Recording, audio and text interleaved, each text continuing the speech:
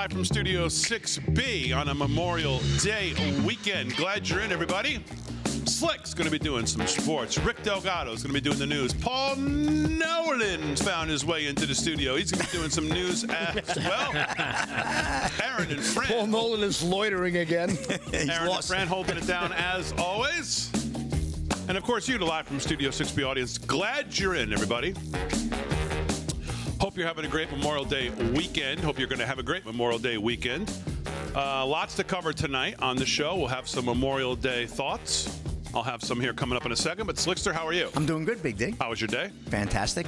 Very good, very good. We doing some barbecuing and. Oh yeah, this is going to be the weekend of all weekends. You kidding me? Of course, very we good. love it. Rick Delgado's going to do the news. Mrs. Delgado, how are you? I am good. What's your Memorial Day tradition? Anything? No, not really tradition. Just enjoying family and friends, man. Yeah. That's what it's all about. Very good. Paul Nolan, how are you? I am well. How was your day? It was nice. Nice day. Very good. Nice very day. good. Looking forward to the weekend. Yeah. Lots to do. Looking forward to it as well. Lots of news and sports. But I wanted to start tonight with an opening thought. This Memorial Day, we gather not just to remember, but to carry forward a sacred debt. We honor men and women we've never known. Heroes whose faces we'll never see, whose voices we'll never hear. Yet those sacrifices have shaped every moment of our lives. They were extraordinary souls, called to extraordinary courage, leaving behind families, dreams, and futures so that we could live in a nation free. From the frozen fields of Valley Forge, where patriots shivered for independence, to the blood-soaked shores of Normandy, where liberty was reclaimed, they fought. In the sweltering jungles of Vietnam, the wind-swept deserts of Iraq, and the rugged mountains of Afghanistan, they stood resolute. They faced cannon fire, machine guns, and unseen dangers, not for glory, but for us. For the idea that freedom is worth everything. We stand in quiet reverence, our hearts heavy with gratitude for those we've never known. Men and women who've never heard our names, who never saw our faces, yet gave their lives so we could live in freedom. They were the heartbeat of courage, ordinary Americans who became heroes, leaving behind everything they loved to defend a nation they believed in. These heroes didn't know our names, yet they gave us the right to speak our minds, to worship as we chose, to chase our dreams without fear. Every sunrise we greet in peace. Every vote we cast, every laugh shared at a summer barbecue, every quiet moment with those we love. These are their gifts to us. They paid for our today with their tomorrows, and their sacrifice echoes in the heartbeat of this nation. Imagine them in moments frozen in time. The colonial farmer at Bunker Hill, clutching a musket, fighting for a dream called America. The sailor at Midway, standing firm on a burning ship as the Pacific raged.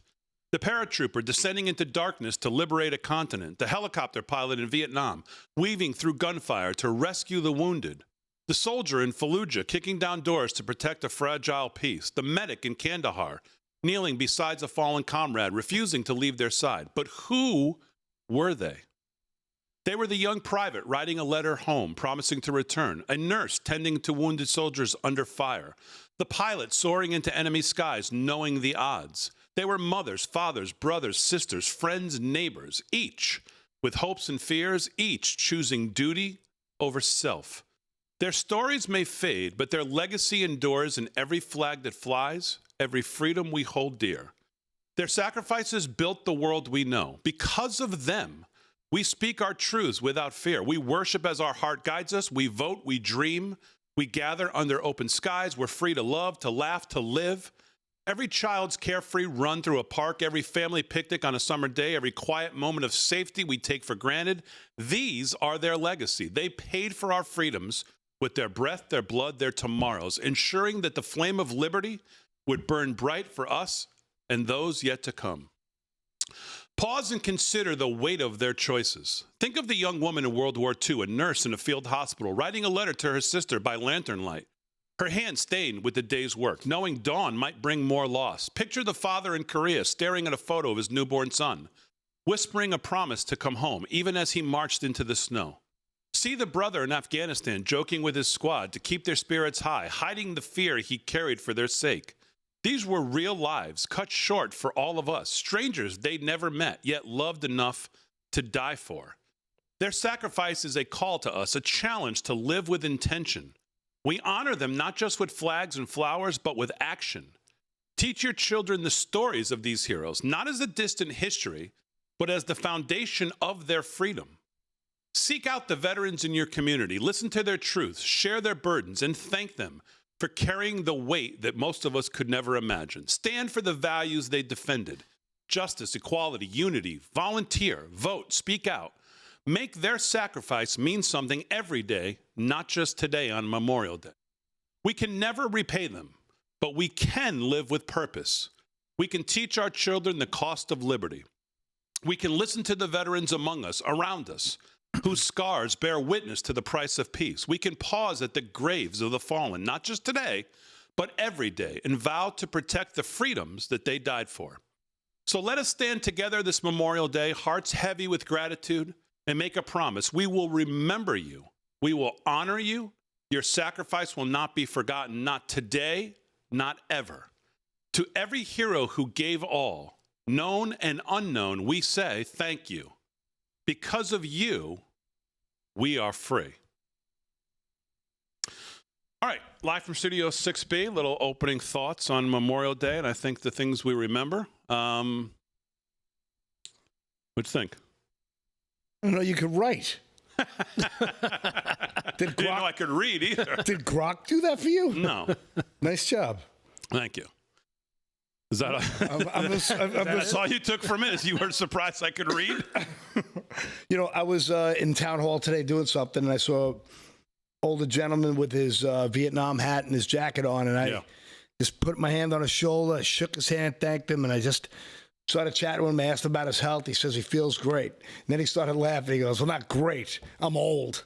But he's a funny guy, and he was really grateful, and a nice job there, D.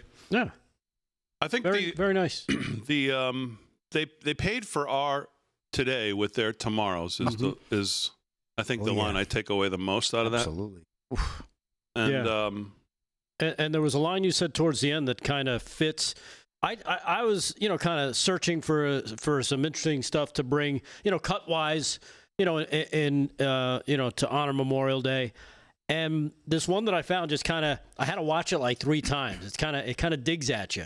One of the things you said, some gave their all towards the end there. Remember the old song? All gave some gave all. Yeah, and that's exactly what Tony Times 2 on X wrote for this clip. Do you want to see it? Yeah, sure. It's tough to watch, but I think it fits in line to what this whole Memorial Day weekend. We need to remind people what it's really about. Here's cut 7. Marines draping a flag over a fallen soldier. Cut 7.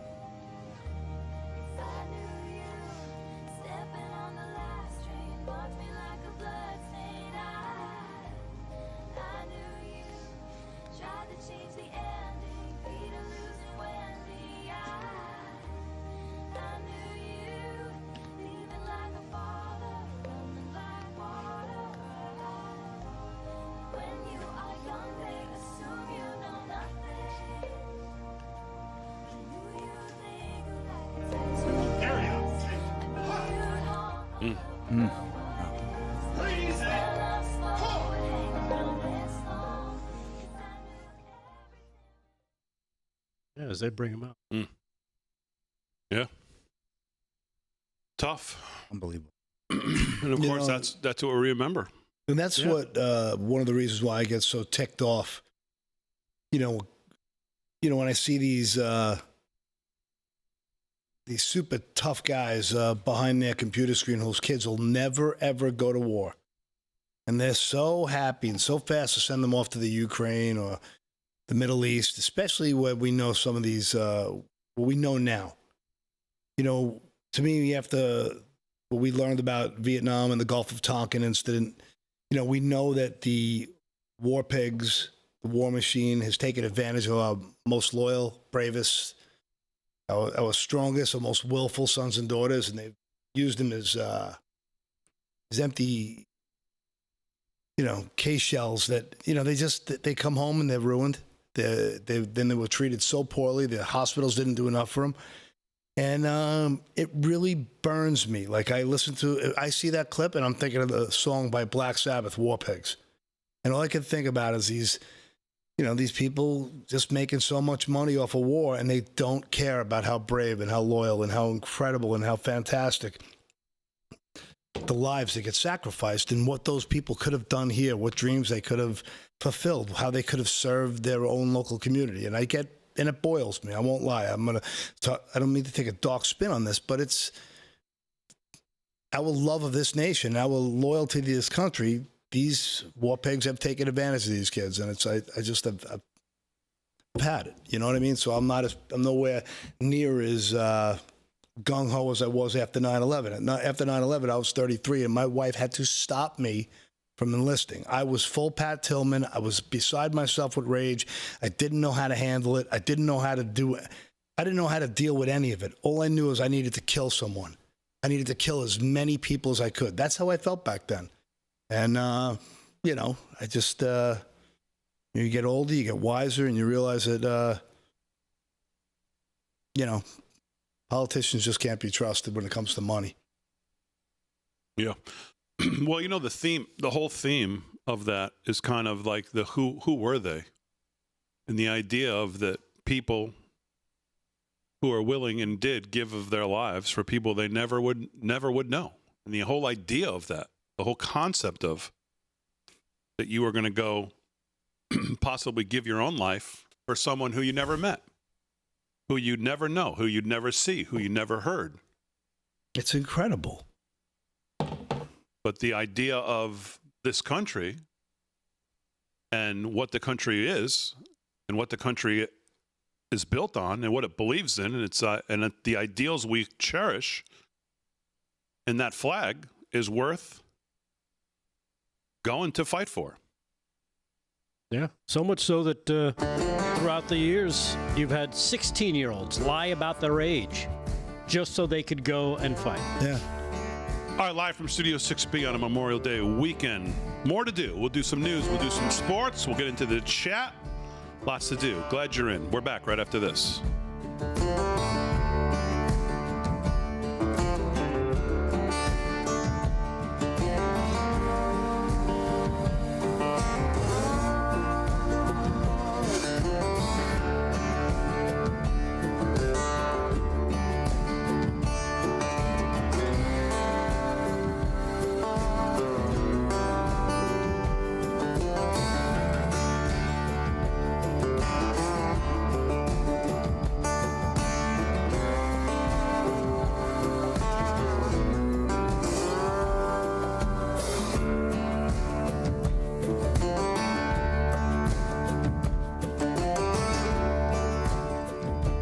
Because as you said it after that, you know, I love that tone. the Oh my God. the Jack Bauer 24. Yep.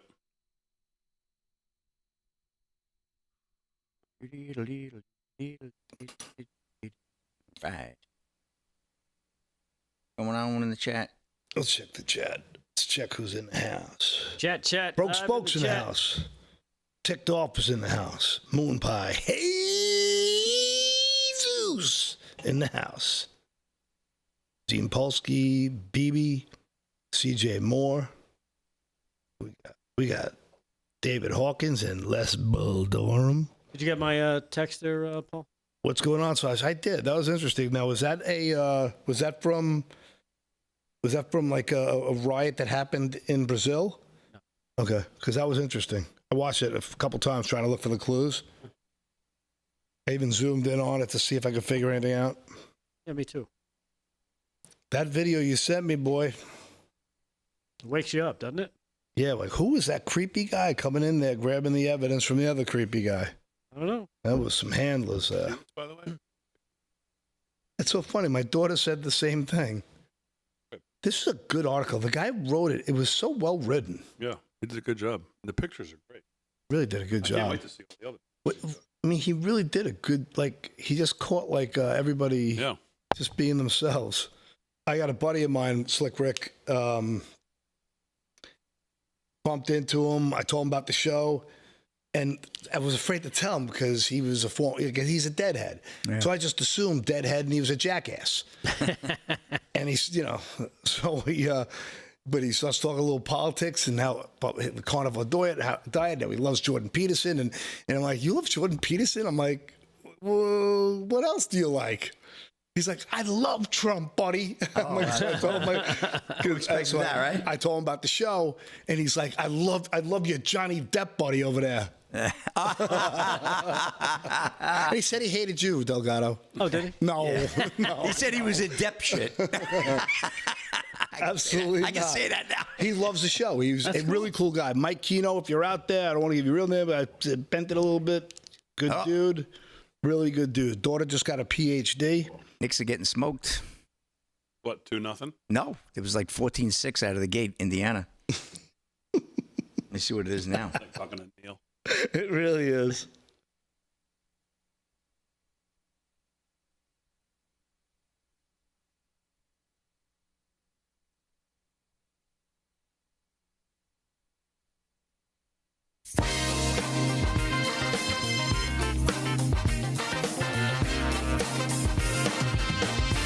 Ba-ba-da-da. 17 past the hour, live from Studio 6B. Glad you're in, everybody. Slick's going to do some sports. Delgado's going to do some news. Paul Nolan's going to do some news as well. Aaron and Fran holding it down as always. Glad to see all of our friends in the live from Studio 6B chat, wherever you're watching, Rumble, X, YouTube, Facebook, live from Studio6B.com. Wherever you're watching, make sure you hit the like and subscribe. And if you are at live from Studio6B.com, make sure you sign up to become a member. Getter, you watch on Getter as well. Rumble, wherever you're watching. Make sure you hit the like and subscribe, thumbs up, join and become a member at the site. It's absolutely free. Let's do some. Can I read one thing from the chat real quick? Absolutely. David Wiles wrote, Papa Nolan, at 17 years old, my friends were coming home under the flags. I felt the same way you did, but I enlisted and off to war I went. And I'm proud to say that I did, but I pray no one else ever has to. Good for you. God bless you, David. Thanks. Absolutely. All right, 18 past the hour. Let's do some sports. Sports is brought to you by our friend Mike Lindell. LFS6B is the promo code to use if you shop at MyPillow. Slickster, what's going on? All right, Big D. Well, update on the playoff games right now. NHL getting ready to face off in just a couple of minutes. The puck drop down in Dallas in the American Airlines Arena. The Stars taking on the Oilers. Game 2. Dallas leads the series 1-0. With a win tonight, they'll certainly have a commanding lead there. And the NBA action at the Garden. The Pacers right now leading the Knicks 16-9 with 6 minutes to go in the first. Indiana with a tremendous and well-documented the other night comeback that we had on the show. We talked about this, where they came back and they defeated the Knicks. Wow, it was an incredible win. And we got the game now, 16-9. They're beating the Knicks, so we'll see. Hopefully the Knicks can wake up. 5:48 to go in the first, Big D. So there's plenty of time. We'll see what He's happens. so happy. No, Keep trying to stick it to Delgado. We noticed what you're doing. So I have no love for we the know Knicks. exactly. And everybody knows why. I have no love for the Knicks, and that's another story Yeah. for a different decade. Because your team sucks. No, well, That's why. That's part of it. We'll see. I think the Knicks come back. I think the Knicks win tonight. I cannot see them losing this game. I Oh do my think God, they that's win what you and said make it the a other series. night. Stop Okay. rooting for the Knicks. We'll see. Anyway, let's You get to stink. Big D right up your alley. Charles Schwab Challenge underway to day 2, Fort Worth, Texas, at the Colonial Country Club. $9.5 million purse. Ben Griffin and Matty Schmid both shot 2-day 11 under to lead the pack. where's Scheffler? Is he Scheffler's within not, 5? He's not even in the top 10. I don't see him. What's going on? He's shuffling off to Buffalo. But and we got Major League Baseball scores. Here we go. Reds 4-2 over the Cubs. Top of the 5th. Top of the 6th. Pirates blanking the Brewers 2-0. Giants 1-0 over the Nationals. Top 7. Bottom 4. Rays 3-0 over the Blue Jays. Guardians 2-0 over the Tigers. End of 4. In a rain delay. Dodgers and Mets. I guess is raining at Citi Field. We got the Padres and Braves tied at 1. End of 4. Top of the 3rd. No score. Rangers and White Sox. Final from earlier today. Listen to this football score. Red Sox 19-5 over the Orioles. That was game 1 of a doubleheader. Make pickup game. Yankees taking on the Rockies out in Colorado, 8:40 first pitch. We'll have some more updates a little bit later on the scoreboard. Scheffler only shot 1 under today. Oof. Tied for 49th. Did we put the Maloika on him the other day? I was going to say, if Scheffler's anywhere within 5 shots, I'm picking him to win right now. Yeah. Well, you still got 2 more days. 10 shots back. Even for him, that's a lot.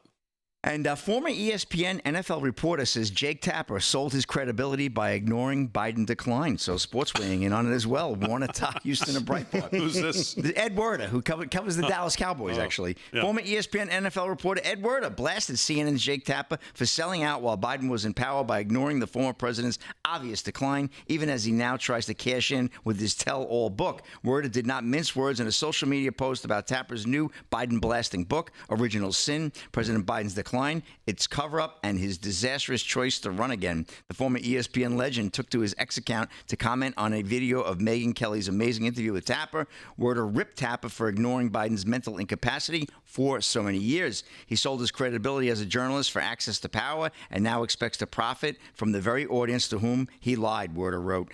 With Kelly grilled Tapper when he came on her podcast to discuss his Biden tell-all book. During the discussion, Kelly pounded Tapper for ignoring all the evidence while Biden was in office. I know we did. We played that video as well. But Ed Werder coming out. Ed Werder is well known. Covers the NFL. Has covered the Dallas Cowboys probably for the last 20-odd years. I think he works for a smaller network now down in the Fort Worth area. So, and that's a wrap in sports for now. I'll have some more updates a little bit later on scores. Back to you. All right, Slick, very good. 21 past the hour, live from Studio 6B on a Memorial Day weekend. Glad you're in, everybody. Let's do some news. News is here with our friends at Eternal Lifecoin, eternallifecoin.com. Check them out, all one word, eternallifecoin.com. Rick Delgado's got it. What's going on? All right. Well, of course, Slick was just talking about Jake Tapper being in the news. I know we played a couple of clips with him getting destroyed by Megyn Kelly, which are glorious to see. But he's still out there hawking the book, everybody. He wants to make sure you know where to get it, that you can get it. And I guess it's part of his way of trying to cleanse himself and recover from the Megyn Kelly interview. As he uses his book now, it's almost like he's starting to point to it. It's the typical leftist media thing, but Trump, right? Yep. Yes, Biden is a decaying old fossil, but Trump. Here he is, cut number 2. Jake Tapper, still hawking the book, trying to get people to sucker up their money and pay. But to your point, this book goes beyond Joe Biden. Yes. There is a call in this country, in the United States, there is a need for legislation to mandate that American presidents provide all of their health information under threat of perjury, because we can't be lied to about this sort of thing. We can't have a group of unelected aides running the country if there's a 2 a.m. phone call. It needs to be the person that's elected. So this goes beyond Joe Biden. It should be relevant to Donald Trump and whoever comes after Donald Trump. I agree with that 100%. Yeah. So this guy's got some set of you-know-what. It really does. Isn't that amazing? Now, because, of course, they got busted running cover for Joe Biden. Meanwhile, everybody else could see it. This was not like some, oh, my goodness, how could that be? Maybe you had a hint that something was going on. This was blatant. This was so out there and in your face on a regular basis. Remember, they called lids at like 9 a.m. The lid, of course, is when they put the lid on the president. No, he's not going out. He's not doing anything. You won't see him today. That just means he was having a bad day, if you know what I mean. They couldn't let him out because chances are he would walk into a wall. Chances are he was covered in a bed of his poop. Right, that too. I mean, this guy was a disaster. Yeah, there were stories of him walking around the White House naked at some points. Yes. Well, because of, he was looking for a pizza boy. Right, exactly. And I don't know if you saw this, Damon. I don't know if this might inspire you to chase down maybe some other Democrats in search of some crazy town stuff. Did you see this from Nancy Pelosi? Somebody put this together. This is cut number 14. Could Nancy Pelosi be the new inspiration that Damon needs to revive Crazy Town? Check it out. Cut 14. Please. Watch this. In my remarks, who was not waste, fraud, and abuse. This special order is. Thank you, doctor, colleague, physician. Now, that's what looks people who need it most and giving it to those who need it less. This is shameful and it is a fraud and it's a shame. Veterans, seniors, the disabled, children, and working families without health care budget. She has a tracheostomy. What do you say? How do you say this? Tracheostomy. What the Tracheostomy. When Trump was president before, I said his name, and the Republicans were in power. When the Republicans. What the hell are you talking about? Who are you talking? Oh my God! It's time for her to go to like Serenity Lake Nursing Home. I even did a better job last night coming out of the speakeasy. Yeah, I speak bourbon. Time I to know go to exactly what she commercial. said. We'll be back in like 3 minutes. Give me swig, Daddy. Oh my God.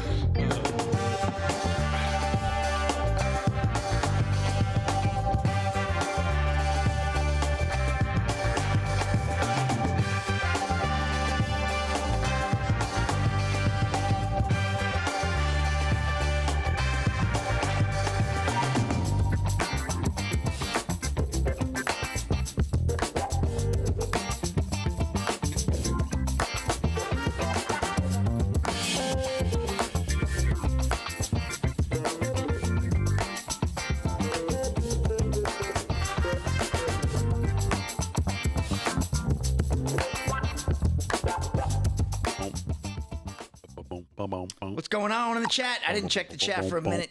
Busy doing my segment. I gotta do my segment. I'll go get back in. What's going on in the chat? I mean, that is absolutely like she's knee deep in the Balvenie, right? I mean, it has to be. Has to be. Super chat, Big D. Michael Doesn't get any Robertson better than Sr. $50. Thank you very much. As a veteran, I thank you for the opening of this great show. My son is going over the pond for an assignment, Army. I will buy a brick at the Triad Memorial Park in Kernersville, North Carolina, in honor of him tomorrow. God bless you, boys. God Michael bless Robertson him. Sr., $50. God bless him and his son. Thank them both for their service.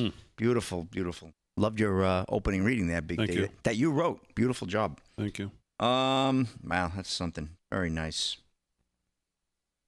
Some great folks watching this show. Damon, I've seen some requests for you to post that on the socials. Oh, nice. Yeah, maybe. We'll definitely post the. Looks like Real America's Voice has already posted the actual clip of it, so you can check them out on social. Les Durham weighing in with $2. I hate to say she got too much vodka. Damn right about that. I think it was Balvenie. Let's see. What do we got going on? What'd she have? Like a Manhattan? She must have had dirty martini lunch or something, right? No, she had straight Balvenie from the bottle. Oof, man, oh man.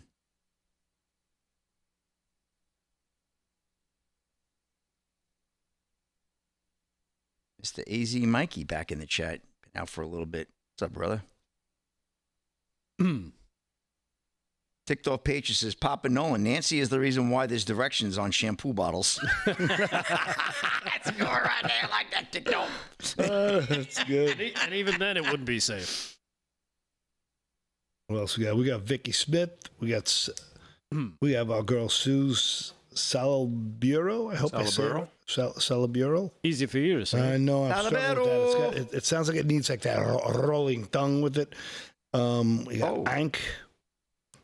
Rafaela Buba wants to know, Delgado, when is your baby meme coming out? It's A-N-K. I want the finesse. Delgado didn't get a baby meme. Either way, I like it. Who else? There's a bunch of other nice people. Wasted Aliens. Where's KDJ? Where's KDJ? He's in Shippensburg, Pennsylvania. The week off, Yeah. man. He announced Busy. it last week at the warehouse. Yep. He's on the road. There was a couple there from Shippensburg. Popping Pinkos. Yeah, he's in Shippensburg, Pennsylvania tonight. Ooh, Knicks came back. Look at that.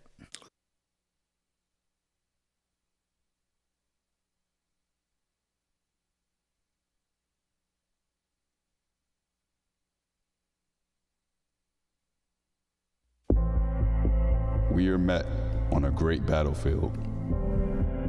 We have come to dedicate a portion of that field as a final resting place for those who here gave their lives.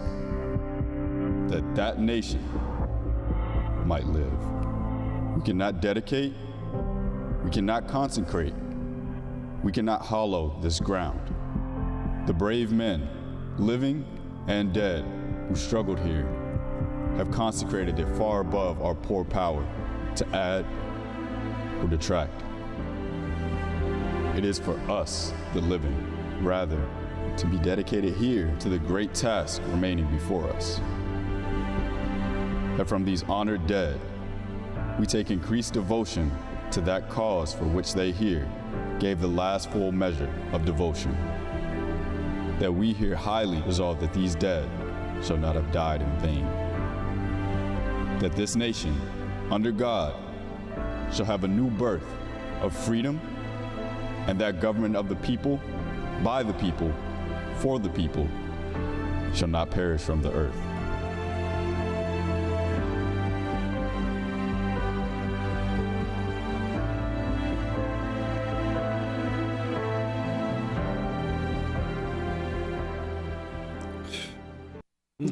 Our live from Studio 6B on a Memorial Day weekend, another great tribute to what Memorial Day is all about there.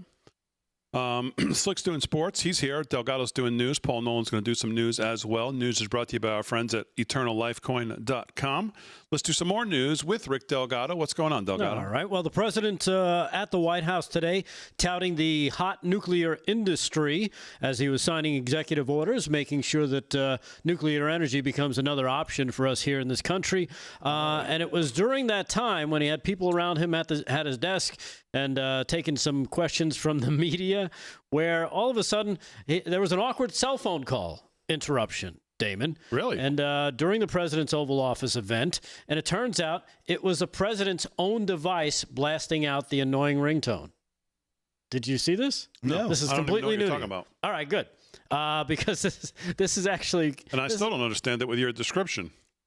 Well, he was doing a press conference, Yeah. After he's signing the executive order for the nuclear industry, right? Yep. And all of a sudden, his phone starts ringing Okay. very loudly.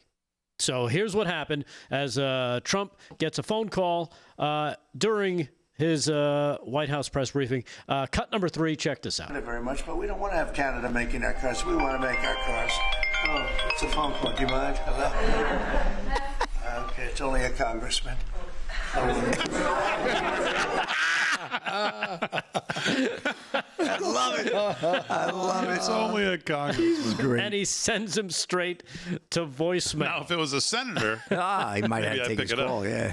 That preceded yet another interruption just as Trump was getting asked about his administration barring Harvard from taking foreign students. It rang again. He said, it's a different congressman. They're all congratulating us. He then put the phone on silent. Kind of funny. Again, this is the kind of thing you would probably only see from this president, right? for Kind of sure. amazing. Without a doubt. For sure. I mean, he's riffing at a board meeting. Right. Yeah. Exactly. And I don't know if you caught this the other day. We did play the clip of President Trump with the South African president, Cyril Ramaphosa. Can I just jump in for 1 second? Yeah, go ahead. Speaking of that phone ringing like that, and I don't know, maybe the phone's usually on silent, so we don't get to see it ring like that. But did you hear, I mentioned this the other day, did you see Scott Adams' description Yes. of the phone call? Yes, and I watched that clip. And he says the president left him a message, and he says, call me back on this number. Yeah. And he gives him a number. Right, and he said it was funny. He goes, he has the transcription where your message is in writing, and he goes, I'm looking at it, and it starts with, "Hi, it's your favorite president." Yeah. And he goes, "Did I just send him the said- voicemail?" Did I just send the most powerful man in the world to voicemail? And it ends up that I did. Right. And he says, I listened to the message. He says, call me back on this number. And he says, of course, I don't call him back because who would do that? That's so inappropriate. And then he says, I looked down again, and 2 hours, 3 hours later, and here's that same Florida number. Calling me. And he picks it up, and sure enough, it's Trump. Oh, man. God bless Scott Adams, by the way. And I hope I know he's tried a bunch of other stuff, and he seems like nothing's worked. But, I know he said there's maybe a couple other things they're trying. I hope he finds something. Rick, is this the clip you're going to play that I asked if you guys played yesterday? No. Okay. This is a little bit different. We did play that clip where President Trump confronted the South African president, Ramaphosa, with the chanting the other South African leaders chanting, death to white people. But during the meeting, I guess the South African president thought it might be a good idea to bring a pair of high-profile South African golfers with him. Ernie Els. Yeah, to the White House. Retief Goosen. He brought Ernie Els and Retief Goosen. He knows they're white, right? Whoops. What did Retief do? Yeah, and it didn't exactly go to the president of South Africa's way, the way he thought it might go. Here's cut number 6 as Retief Goosen talks to President Trump, cut 6. I grew up in an area in South Africa that is a farmland area, Polokwane, and there is some issues up there. Obviously, my dad was a property developer as well as a part-time farmer, and some of these buddy farmers got killed. The farm is still going. My brothers run it, but it's a constant battle with farms they're trying to burn the farms down to chase you away. So it is a concern to try and make a living as a farmer. And at the end of the day, without farmers, there's no food on the plate. So we need the farmers to produce the food. Farming, right? He wouldn't even want to do what you're doing, right? They love farming. They don't want to leave. But it's a struggle. Yeah. So there it is, kind of blowing up in the president of South Africa's face, bringing Retief Goosen along, who his own father was a farmer and saw a lot of the things that they're talking about that he's trying to say isn't really happening. Yep. But it is. Yeah. So I didn't see that, but I did hear about that clip. So pretty funny. All right, we'll do some more news with Rick Delgado coming up. More sports with Slick, but let's do some news with Mr. Paul Nolan, who's here tonight. News, again, is brought to you by our friends at EternalLifeCoin.com. Mr. Nolan, what's going on? So I just wanted to try to keep touching on the AI thing right now. I just wanted to and I have a clip for it, but I'll try to keep it short. But AI its exponential rate of growth is it's unfathomable. So when you think about how quickly people can and will be replaced by the automation of these thinking machines, it's getting to the point where you got to really think about your future. And I think that everybody out there should be paying attention to this because I think it is a lot worse than we realize. And this is I have this clip from what's his name, Schmidt from Google, the developer. Al Schmidt. He's a really smart guy, but he's really a program more than anything. This is a 2-minute clip of him talking about the rate of growth at which AI is moving right now. It is clip 13, if you can run that. We believe, as an industry, that in the next 1 year, the vast majority of programmers will be replaced by AI programmers. We also believe that within 1 year, you will have graduate-level mathematicians that are at the tippy-top of graduate math programs. So that's 1 year, okay? What happens in 2 years? Well, I've just told you about reasoning, and I've told you about programming, and I've told you about math. Programming plus math are the basis of sort of our whole digital world. So the evidence and the claims from the research groups in OpenAI and Anthropic and so forth is that they're now somewhere around 10 or 20% of the code that they're developing in their research programs is being generated by the computer. That's called recursive self-improvement, is the technical term. So what happens when this thing starts to scale? Well, a lot. One way to say this is that within 3 to 5 years, we'll have what is called general intelligence, AGI, which can be defined as a system that is as smart as the smartest mathematician, physicist, artist, writer, thinker, politician. I call this, by the way, the San Francisco consensus, because everyone who believes this is in San Francisco. It may be the water. That's funny. What happens when every single one of us has the equivalent of the smartest human on every problem in our pocket? But the reason I want to make the point here is that in the next year or two, this foundation is being locked in, and we're not going to stop it. It gets much more interesting after that. Because remember, the computers are now doing self-improvement. They're learning how to plan, and they don't have to listen to us anymore. We call that superintelligence, or ASI, artificial superintelligence. And this is the theory that there will be computers that are smarter than the sum of humans. The San Francisco consensus is this occurs within 6 years, just based on scaling. This path is not understood in our society. There's no language for what happens with the arrival of this. That's why it's underhyped. People do not understand what happens when you have intelligence at this level, which is largely free. I mean, I don't know if you guys... That's Eric Schmidt, by the way, former CEO of Google, now working on the board of Chainlink, one of my favorite crypto companies, and he is a vital part of getting Chainlink to be hopefully the backbone of the new digital economy, as everything gets tokenized. Yeah, I'm betting on them. I'm betting on ADA, Cardano, and I'm betting on XRP. So those are my three, I guess you'd call them altcoins. But do you guys not feel like the gravity of that? Does anyone not see like how crazy that's going to be within 3 to 5 years? I mean, in a way, we already have that in terms of having the smartest person in our pocket with, one of these. Already. Because all we got to do is, put in what we want and it gives us the answer. But now imagine having the power of the greatest think tank. Right. I mean, because let's be honest, politicians on the ground level are puppets and they're dopey and they follow basically, to me, a giant corporate structured order. Those orders come from big-time think tanks. And these big-time think tanks, they recruit kids from Jump Street. They know when a kid is scoring wicked high IQ tests early on, and they watch them grow. And that's why you see some kid ends up at West Point. You'll see some kid who ends up at MIT on a full ride. And you see right away they're in the government. Right away they're in intelligence. Those think tanks have power. The fact that you'll have that app on your phone to have that kind of power and then some and more, it's incredible. God knows where this is going to go.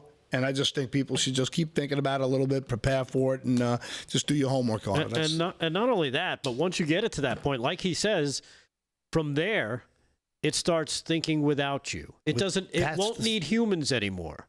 That's frightening. We're going to be the problem. And if you think this sounds like a movie, just watch The Matrix.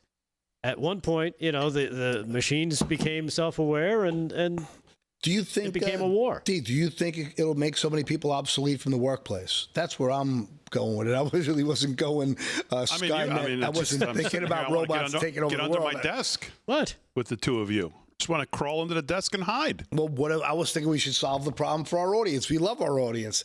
Maybe we can figure out. Well, you scared all of them now too.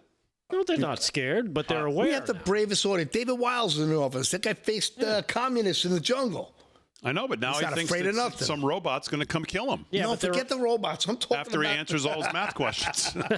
I'm talking about preparing the careers in the future. That's what I'm talking about. You two need to prepare for a career in the future. All right, live from Studio 6B. We'll wrap up hour one when we get back right after this. All right, no more AI.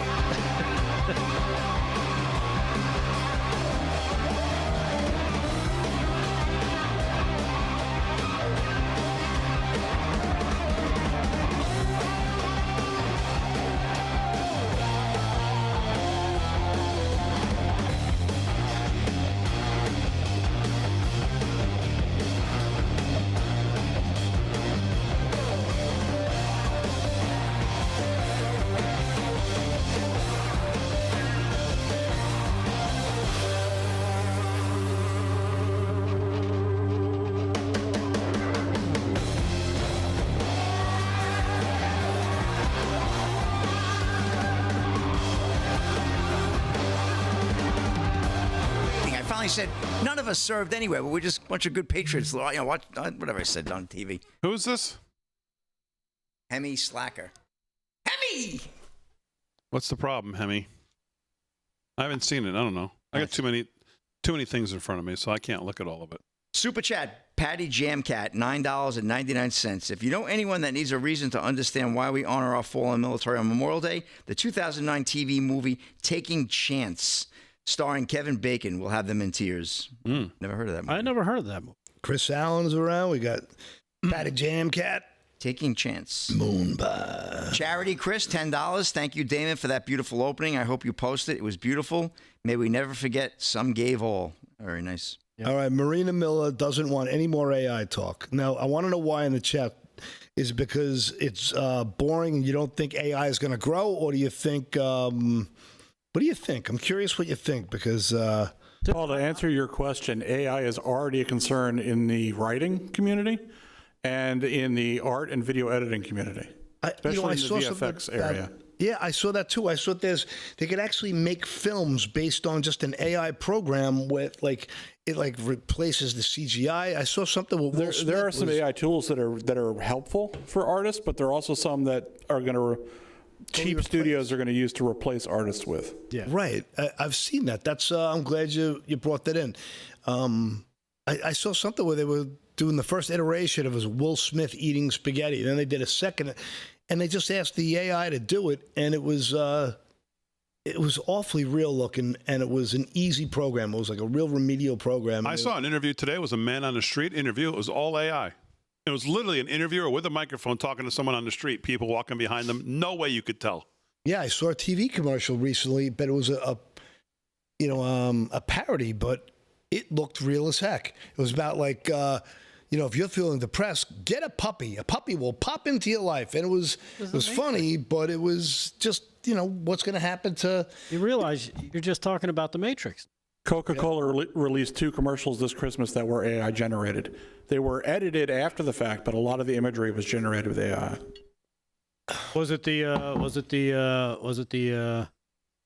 polar bears? There was a polar bear in it, but there was one with a bunch of Coca-Cola trucks driving by. Moonpie asked if I saw Jeff Beck today. No, not Jeff Beck. Glenn Beck today. Jeff Beck. I love Jeff Beck.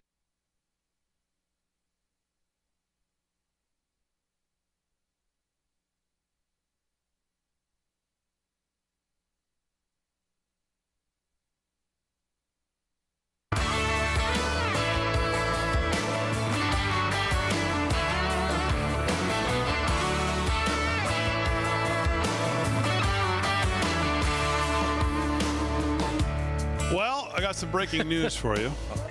Doctors are now issuing warnings over dangerous new COVID strain imported from China, per the Daily Mail tonight. Of course. Wow, I just heard somebody had COVID today. So, did we put a tariff on it? Just I don't know, but this is what's coming up. I guess what would they need to start this for now again? Is there anything? No, because there's still a lot of people out there who still don't want to believe. No matter what you tell them. Yeah. All right. 13 to the hour, live from Studio 6B on a Memorial Day weekend. Slick's doing sports. Rick Delgado's doing some news. Paul Nolan was doing the news when we went to break. Paul, anything else that's caught your attention in the news right now, other than there's a pretty all of us dying at the hands of robots that are going to kill us? I was talking about people. Oh, shut up. That's going to happen. I don't know why you guys are making jokes about it. I'm not making a joke. Funny. I'm just asking if you had any other news other than that news. It's inevitable. First they'll take, because what happens with every new technology that comes out? What happens with every new technology? No ifs, ands, or buts. Every new technology that comes out, two things happen. You started this one day. Two. Yes. The first thing is sex. They try to sexualize it. Oh, good. And then the next thing is they try to weaponize it. Yeah, well, you're right, actually. So what happens? They're going to make robots that are really hot, and they want to have sex with them, and then they're going to turn around and kill you with them. But that's what's going to happen. You know, we talk about the Zuckerberg thing. We said people only have 3 friends. There's always been an expression that people have 3 real true friends, and they're lucky.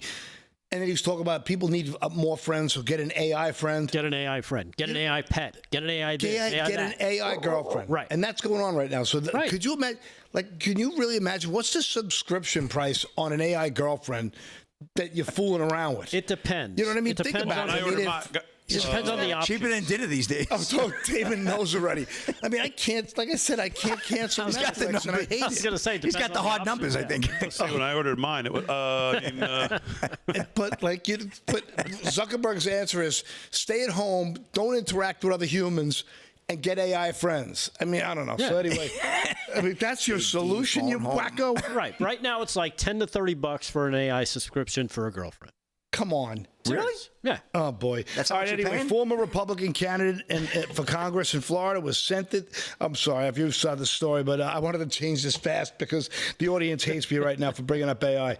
Former Florida congressional candidate is sentenced to prison for threatening to kill rival Anna Paulina Luna. Did you guys see this story? No.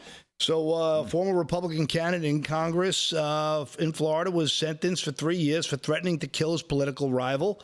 William Braddock, 41, of St. Petersburg, Florida, was sentenced in Tampa federal court Wednesday for being charged with interstate transmission of a threat to injure. Braddock pleaded guilty in February. Braddock made threats against the main political opponent, Anna Paulina Luna, who, by the way, I think is pretty cool, and who, she was the front runner. Braddock, a former Marine, and claimed Luna was his only obstacle to winning that race. He had said in a text message to a friend, I'm going to call up my Russian-Ukrainian hit squad and make Luna disappear. I will be the next congressman for the district, period, end of discussion, and anybody going against me is effing ignorant for doing so. So he's in jail, and I think that's pretty cool. Go stay there and think about what you've done, you dumb mother, never mind. Jumper. Wow. I don't know if you saw Hillary Clinton made a very important public service announcement tweet today. She's retiring and going away, so we never hear from her again? No, she's killing anybody who says her name in vain. No, this was her. She said on her Hillary Clinton X feed. By the way, you can't comment on her feed unless she lets you. Oh. So that's how you know how unpopular you are. That's very free speech of her. She said to my friends, Exactly. I'm giving you a mission for this holiday weekend. If you want to talk to two people, friends, neighbors, cookout attendees, why Trump's proposed budget would be a disaster for the American kids, we owe our next generation this. So she's giving a list of things to say to your friends who you care about at a party on Memorial Day to create more hate, violence, and anger towards Trump. So she's... So to get yourself uninvited to every other party. Right. So okay, cool. Yeah. So make yourself as unappealing and unattractive to the world as she is. As she and the rest of her family is. So I thought those were some interesting stories. I don't want to hog it all up in the segment. All right, very good. 8 to the hour, live from Studio 6B. Let's do some sports. Sports is brought to you by Mike Lindell. And here with that, Slick Rick. What's going on, Slick? All right, Big D. Well, at the American Airlines Center, the Oilers right now lead the Stars 1-0. They drew first blood. It's 6 to go in the first period. They need to win tonight, the Oilers. Otherwise, they're going to go down 2 games to nothing as Dallas does lead the series right now 1-0. And in the Garden, the Knicks have roared back to a heavy run here, and they're up 38-33 over the Pacers. Pacers started out, jumped to an early lead of about 8, and now the Knicks have come back firing away. 7:17 to go in the second quarter. Lots of time. Listen, there could be 2 minutes left. It's considered a lot of time for a team that's down by 14. So we know this game's got a long way to go here. This is game 2. The Knicks, absolutely, I need this one tonight. Can't afford to go down 2-0. And we'll get to some baseball scores a little bit later. But I do want to get to this one story here, if I might. Here we go. California athlete says she changes clothes in her car to avoid sharing a locker room with trans athlete. Female track team members express discomfort with locker room policies at emotional school board meeting. This is Jack Thompson of Fox News reporting. As California's transgender athlete conflict escalates, one high school athlete has resorted to changing clothes in her car to avoid uncomfortable situations. During a Lucia Mar Unified School District School Board meeting this week, Junior Audrey Vanwerg revealed her decision, and we have a cut on that. Can you roll cut 5, Aaron? My name is Audrey Van Herweg. I'm a junior at AGHS High School, and I'm in varsity shot put and discus thrower for our track team. I haven't had to throw against a boy on the girls' team, but if I did, it wouldn't be fair because men and women are biologically different. The boys throw a 12-pound shot about 50 feet, while girls throw an 8-pound shot 35 feet. That's a big difference. I strongly disagree with what is going on in the girls' locker room and on the girls' track team. So much so that I changed in my car for track practice because I feel way more comfortable in my car than in our own school's locker room. After coming to the last few meetings and watching teammates attack a person they don't agree with, I wanted to speak up to support my teammate and to protect women's sports. Thank you. Yeah.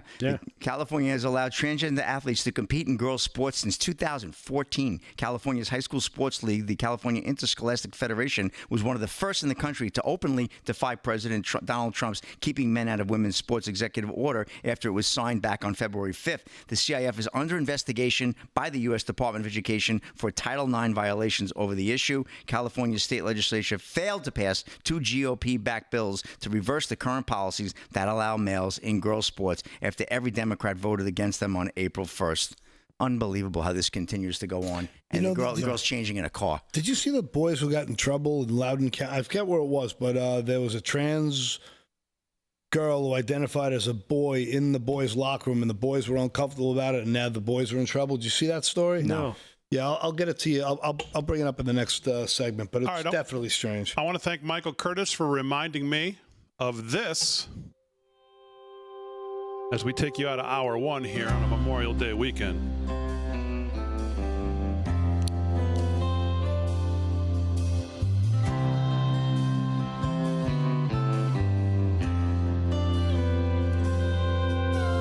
Man, I thought we were through with this. Then I watched the evening news. There were folks that still wouldn't stand for the old red, white, and blue. At first it made me fight and mad how they think that that's okay. Then I thought they just don't understand, and given a chance I'd say, have you ever been there when taps was played or for a 21 gun salute? Had to hear the words you never want to hear. Have you ever had to face that truth? When a son or daughter didn't come back home to a family so devoted, then you might not disrespect our flag. If you'd ever been handed one folded.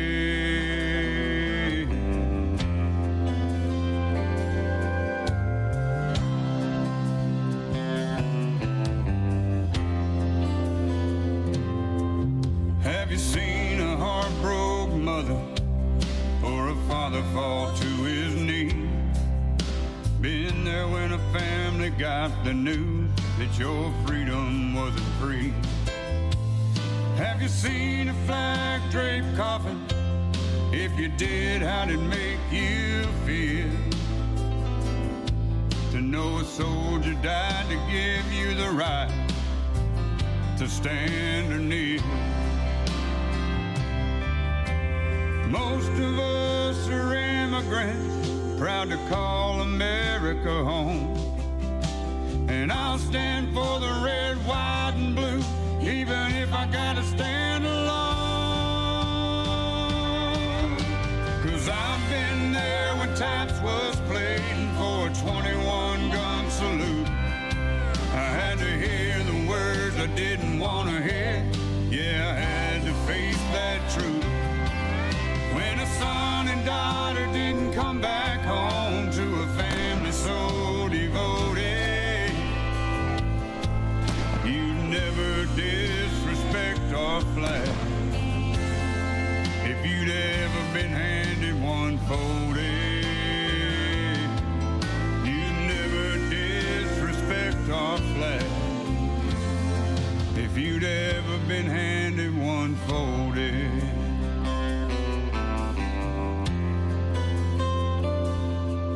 One folded.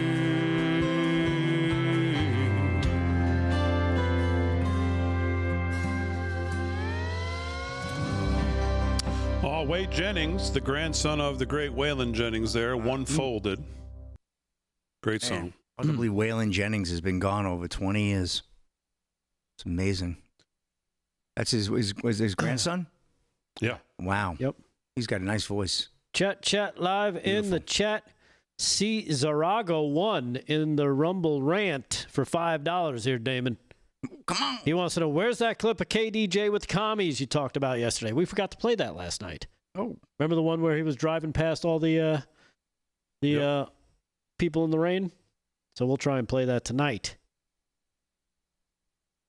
But thank you for the $5 rant in the Rumble chat. Oop, got another one here. Cizago again. Cizarago 1. $10. God bless America, and God bless those who gave their lives for our beautiful country. So, Cizarago 1. Another great Rumble rant. Thank you again. We appreciate it.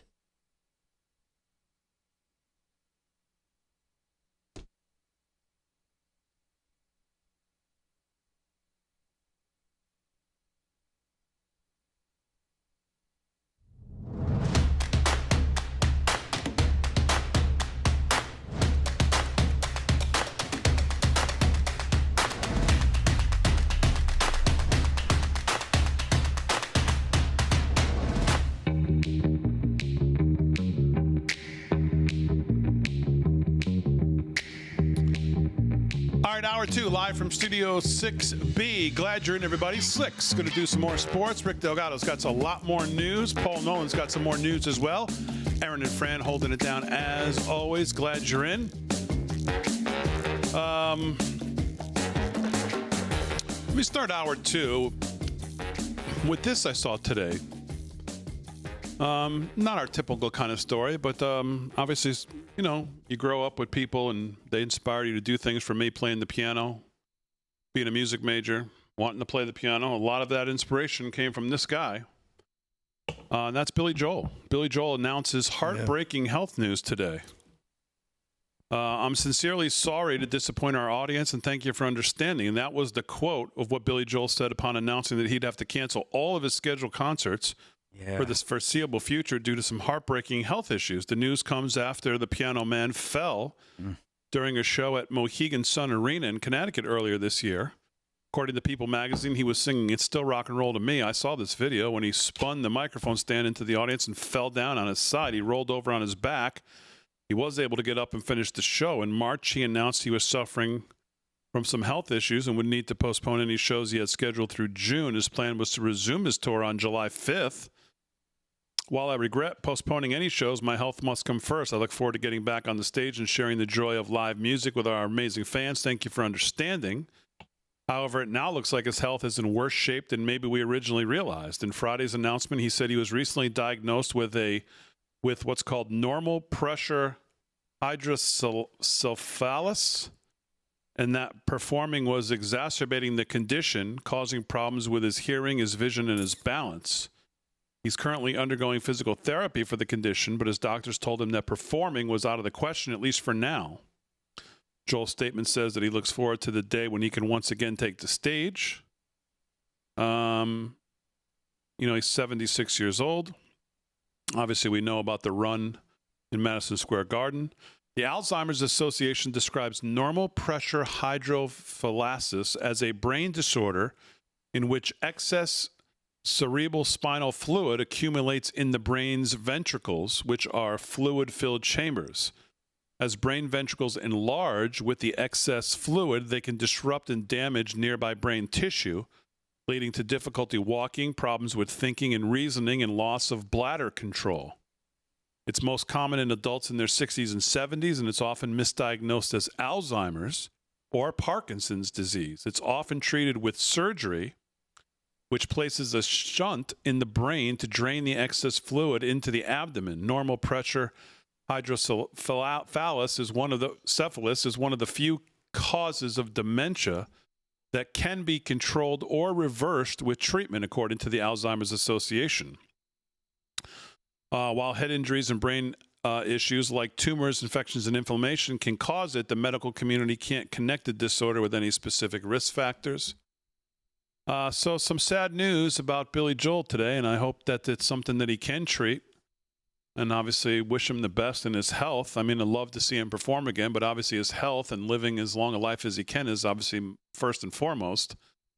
But yeah, I saw that today, and I was, man, as you get older, right? Your heroes start passing. And you realize, man, Father Time beats everybody. There's nobody who's going to win. Undefeated. Yeah, always. It's like gravity. I loved Billy Joel as a kid growing up, man. He spoke to Long Island. He talk about a guy who could really capture, what what a young lad, especially growing up on Long Island, felt. Yeah, and look what he did for the fishing industry on Long Island. He was a big, advocate for that as well, the shellfish and all. He was always out there. And yeah, he was always out there protecting the fishermen and New York even State of telling the mind. tales like Downeaster Alexa. I was just going to say, out on the water on the Downeaster Alexa. Yeah, he was just incredible. One of the most famous Long Islanders of all time, without a doubt. Yeah. He's just incredible. Incredible One of the best artist. concerts I ever saw was him and Elton John. Elton John doing the dueling pianos. That was phenomenal. It was just so great. He was supposed to play with Sting, I believe, in Citi Field later this fall. They were going to do a dual concert, him and Sting, which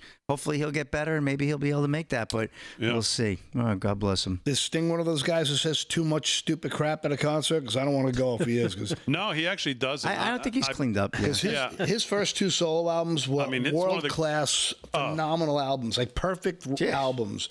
I mean, the ultimate hybrid between rock and jazz. I mean, some of the greatest albums ever. I mean, one of the greatest musicians ever. Absolutely. The band he had on that.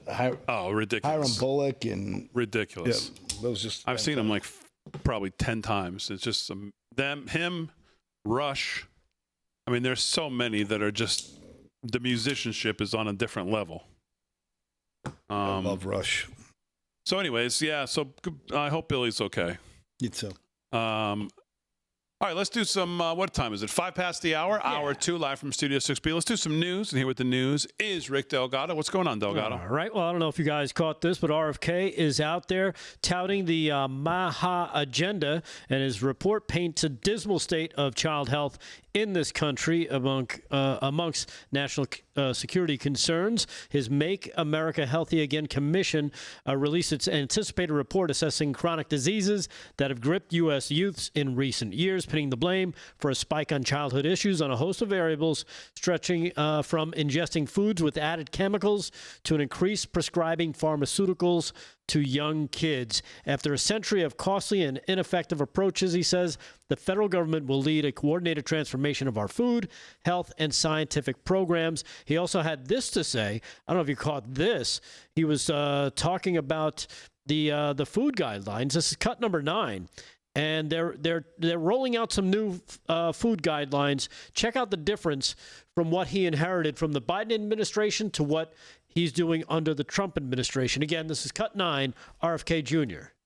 We're reducing the dietary guidelines from a 453-page document that we inherited from the Biden administration. That was driven by the same industry impulses that put Fruit Loops at the top of the food pyramid. We're going to deliver instead a 4 or 5-page document that tells people how to give healthy food to their children. Those dietary guidelines will then drive changes in the school lunch programs all over this country. We are writing SNAP waivers every day to the states that are applying for them so that sodas and candies are no longer available using food stamps. Taxpayers should not be paying for food-like substances that are chemically based that are poisoning our population. Food-like substances. Yeah, food-like substances. And again, he we were laughing there, but he said reducing the size of the guidelines that he got 453 pages from the Biden administration to 4 or 5. Yeah. Huge difference. Yeah. That's crazy. Just think about it. Like, look at the ingredients on that Peeps. It's a marshmallow and sugar. Well, no, those are fine. Those are good. Those are mine. There's so many ingredients in this. There should be Those are healthy. No, these are good. Paul, not another peep about it. First ingredient, sugar. Right. Well, that's good. Second ingredient, corn syrup. Oh, that's sugar. Corn syrup's good for you. Right. Gelatin. Which is sugar. Gelatin. That's rotten. Are you trying to say gelatin? Yeah, that's what he's trying to say. I mean, my eyes Polycystyrene, like hypoglucose. Jello to me. He thought he was Italian for a second. Gelatin. He's having gelato. That's pretty good gelato, actually. It is. So, like what frustrates, what grinds my gears? What boils you my want to know what else beans? is in here? My God. Not really. What burns my brisket? Hold on. Boils my beans. You know what he's doing? He's using that app. You're using the app, aren't you? Do you know what bites my biscuits? I'm zooming in on my phone so I can see it. Oh, you can't we're read? on the air, Damon. I know. I was just. Yeah. Oh, we're live? Hello. So, I'm really frustrated by the way the media and the left have just completely pretended that the genocide in South Africa doesn't exist. Is anyone else burnt biscuits bitten by this? I'm so fed up by it. I searched why the left denies African genocide. Every single article is a hit piece against Trump, and it's PBS, it's Reuters, it's BBC, it's CBS, it's NBC, it's Washington Post, it's CBS again, it's even Al Jazeera, it's every major outlet, ABC. It just says how Trump lied about genocide. Right. Yeah. Did I get that clip? Do you have that clip? Yamiche Alcindor was also, at the White House talking about it. And here she is, cut number 12, and she gets annihilated by Press Secretary Caroline Leavitt. Cut 12. Check it out. The video showed images of crosses in South Africa about white farmers who have been killed and politically persecuted because of the color of their skin. And those crosses are representing their lives. Those crosses are representing their lives in the fact that they are now dead and their government did nothing about it.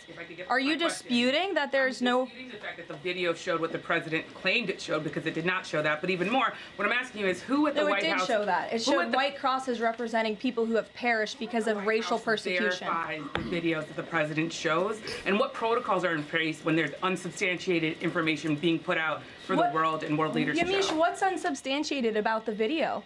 The video shows crosses that represent the dead bodies of people who were racially persecuted by their government. In fact, the Associated Press, of all places, has a picture of that very monument, and the caption from the Associated Press is, "Each cross marks a white farmer who has been killed in a farm murder."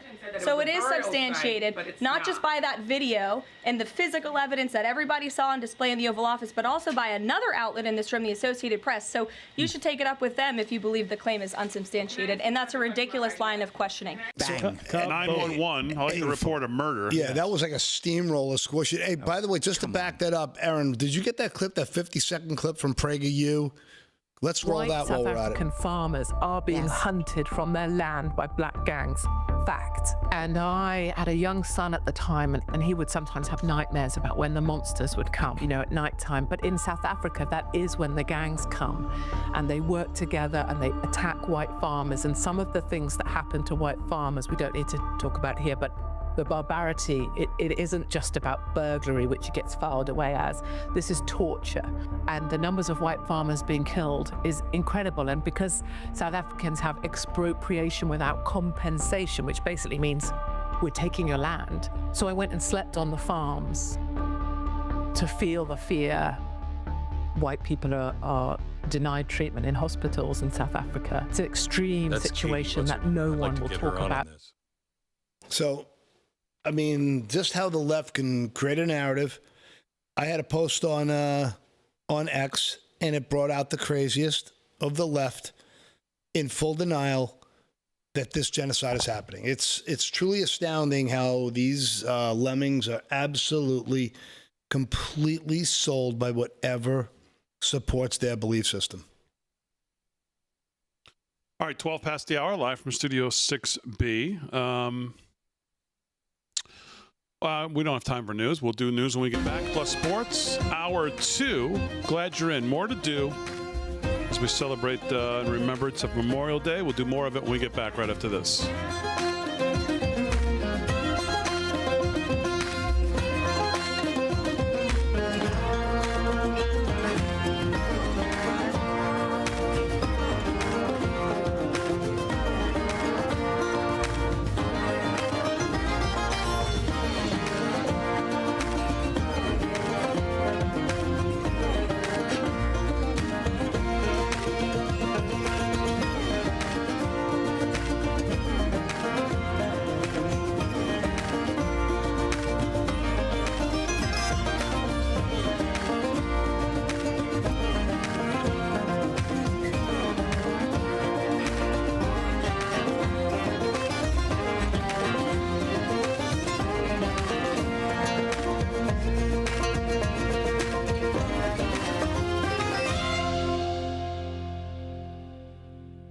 All right, Big D, nice super chat from G-Dog, $99.99. Whoa, Thank you, G-Dog. G-Dog. Putting his money where his mouth is. Thank you. Love this one here.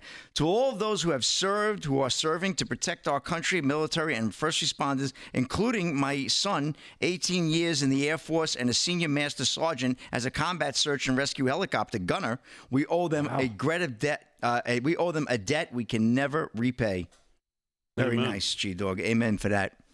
Hey, did you see Vice President J.D. Vance today? Shook hands with every single graduate. Mm-hmm. Yeah, they gave him pretty cool. They gave him a jacket. Cool. A nice jacket. Put it on. They went crazy when he put it on. TJK 3746 in the Rumble chat. I'm on day 6 of no sugar and have had a headache for a week. Yeah, that's what happens. Because there's sugar in just about everything. We got donuts here, speaking of sugar. So I told you last Friday I had those headaches for the first time my life started. Today that it was ripping worse than I could ever. It turns out it's an allergy. I've never had an allergy in my life. I took an allergy pill and 2 Advil, no problem. It was crazy. Like I've never had I really can't ever describe a headache other than a self-inflicted wound when I used to hang out in the Hamptons in the summer weekends. Speaking of self-inflicted headaches, you have 2 reads here tonight, damn it. All right, so I'm not seeing the anger in the YouTube chat at all. Okay. Yeah, you missed it. You missed a couple of goodies then. I'm scrolling. Yes, you did. Fired it right at you. Yes. Was it, yeah.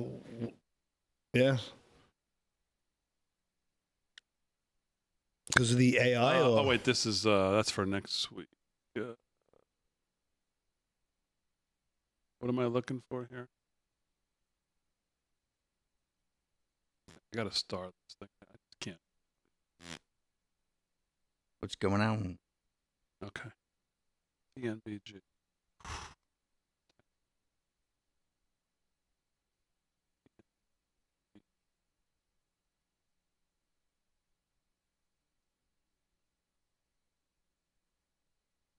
Okay. I'll start with BG and then we'll do TN.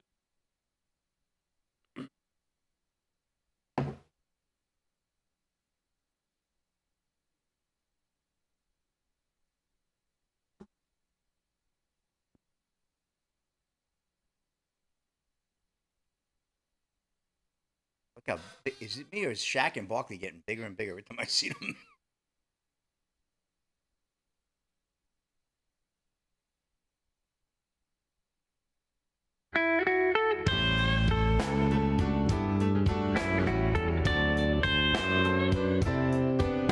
Well, this July, there's a global summit of BRICS nations in Rio de Janeiro. The bloc of emerging superpowers, including China, Russia, India, and Iran, are meeting with the goal of displacing the U.S. dollar as the global currency. They're calling this the Rio Reset.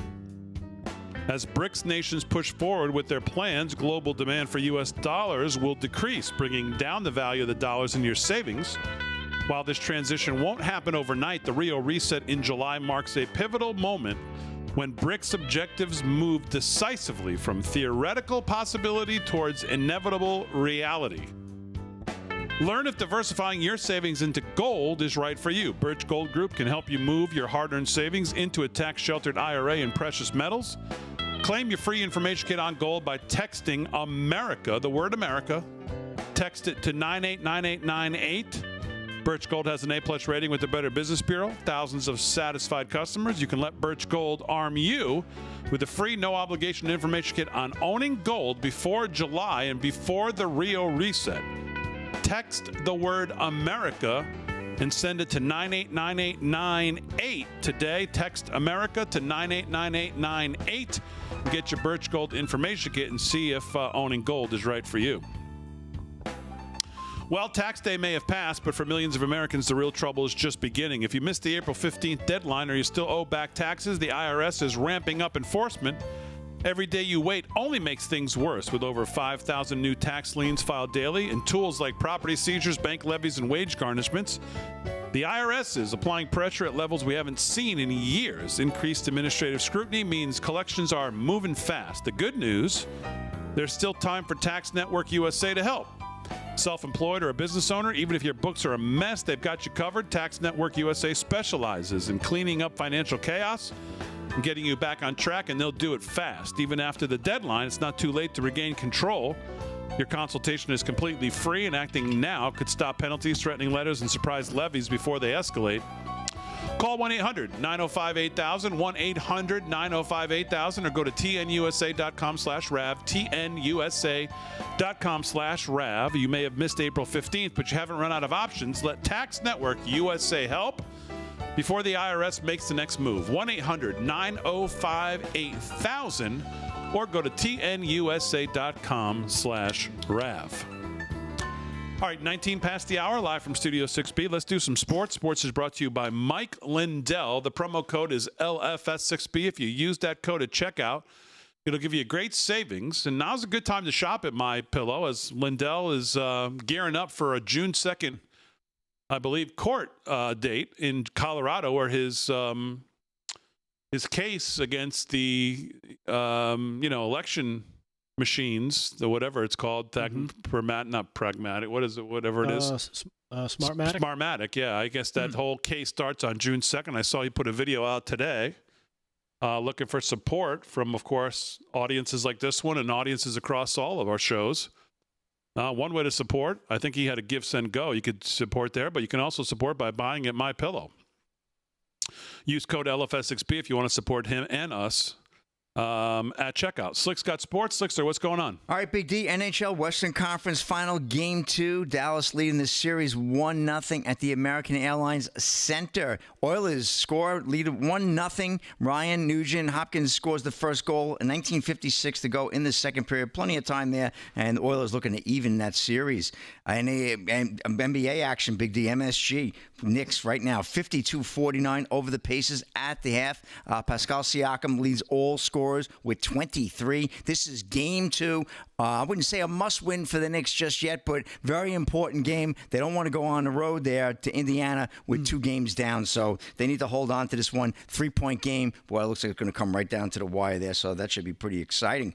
Well, we got a big race this weekend as well. Casey Irsay Foyt, daughter of late Colts owner Jim Irsay, named honorary starter for Indy 500. That's pretty cool. IndyCar and Indianapolis Motor Speedway will also honor Jim Irsay, who died Wednesday at age 65, a few days after the death of Indianapolis Colts owner Jim Irsay. Indianapolis Motor Speedway is honoring his legacy. This is Carrie Anderson of Yahoo Sports. The IndyCar Series announced Friday that Casey Irsay Foyt, one of Jim Irsay's daughters, will serve as the honorary starter at the Indianapolis 500 on Sunday. As Irsay's daughter said, Foyt will represent the Colts and the Irsay family at the marquee event, waving the checkered flag to start the race. Pretty cool there. Foyt also has a connection to auto racing, as she's married to Anthony J. Foyt IV, a former IndyCar driver and grandson of 4-time Indy 500 winner and a great, and I do mean great, A.J. Foyt. I thought that I saw that name. How cool is that, right? The Colts announced Wednesday that Jim Irsay had passed away peacefully in his sleep at the age of 65. The longtime Colts owner passed down ownership of the team to his 3 daughters, including Foyt. So nice way of the Indy 500, the classic, one of the greatest races arguably of the year, right? Along with Formula and some of the NASCAR races, of course. But man, I can't wait to see that. That's coming up on Sunday. And let's see, we got one more quick story if I got time. I think I do. We got former NBA star Lamar Odom attends Trump cryptocurrency gala amid protests. Former NBA champion calls attendance to the most authentic, soulful experience in crypto history, despite corruption concerns. Ryan Morick of Fox News reporting. President Donald Trump hosted top investors for one of his cryptocurrency projects at his luxury golf course in Northern Virginia on Thursday, and one of them was former NBA star, the great Lamar Odom. Protesters gathered outside the club holding signs that said, "Stop crypto corruption and no corrupt fools." The ex-Laker was not absolved from those same protesters, but he was not fazed. "I'm just about to pass through security and officially walk into the Trump gala. Honestly, I'm fired up," Odom said in his ex-post. Think about it. that what meme coin has ever done this, the dollar Odom sign, isn't just a token. It's taking the stage at a presidential gala tonight. Odom also said in the post, this is the most authentic, soulful experience in crypto history. Among those protesting outside the golf club was Senator Jeff Merkley, a Democrat from Oregon. This is the Crypto Corruption Club. The Times quoted Merkley as saying, this is like the Mount Everest of corruption. 3 days before Trump took office on January 20th, he announced the creation of the Trump meme coin, describing as a way for his supporters to have fun, quote unquote there. Trump's main meme coin saw an initial spike in value followed by a steep drop. Its creators, which include an entity controlled by the Trump Organization, have made hundreds of millions of dollars by collecting fees on trades, according to the AP. Critics have raised concerns that the president's connection with cryptocurrency ventures could open the door to conflicts of interest and influence peddling. Odom played 14 seasons in the NBA, 12 of them with the LA Clippers and Lakers. He won back-to-back titles with Lakers in 2009 and 10 and was named the NBA's Sixth Man of the Year in the 2010-2011. So cashing in on a little cryptocurrency for Odom. And that's a wrap in sports. Big D, back to you. All right. Thank you, Slick. And again, Slick Rick Sports brought to you by Mike Lindell's My Pillow. Well, Big D, Delgado. He went to the Little D. He had to go. He had to go grab a donut or something. He had to go grab a little donut. Yes, exactly. He had to grab a little donut. Hey, last night we played the Baby Damon, which was a big hit. A lot of the people watching it love the Baby Damon. You can catch it on our X. We posted it there from Real Prince Doll. Yes. Who's been doing these for us. He's great. And since we just did sports, why don't we do Baby Slick Rick? What do you do that for? Well, let's do Baby Slick Rick, shall we? Here he is from the other day. Cut number 11. It's Baby Slick Rick. Check this out. They literally cut my hands off, period. That's it. They put me out of business. They took 30% of my clients. They forced them basically with a, I want to say a gun to their head. That's a little extreme. You can go to Rick's Pharmacy and pay for your prescription. Guy's going to get a heart medication for $400. He's going to pay because I'm a good guy? No. Or you had to mail it away out of state or go to a CVS. How do you do that? I don't know. Did you see the Paul Nolan one? But the I didn't. There is one. It's a Paul Nolan one. The Baby Slick with his milk mustache. His mustache is amazing. I have a chocolate milk mustache. Aaron, I think particularly likes these as well. So congratulations and thank you again to Real Prince Doll. These are great. Keep them coming. Yeah, we'll take a quick Real break. Prince Doll. We'll come back. We do have Paul's as well. We'll play his as well. Oh, we will. Yes. Come on. Yo, Paulie. Baby Paulie. Yo, he's playing all these because he doesn't have one. That's right. All right, we'll take a quick break. We come back more live from Studio 6B, Real America's Voice. Stay there on a Memorial Day weekend.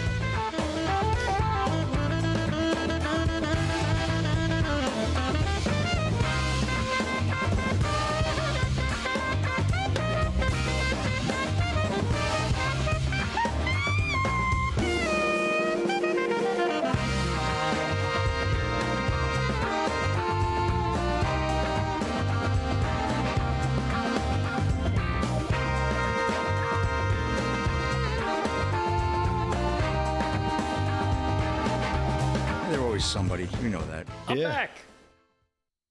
I should grab a slice of Eats. Okay. Jesus Perez. Get out of that. That was funny. Hey, KDJ checking in. Baby. With some fans, Jordan, Gretchen, and Bill.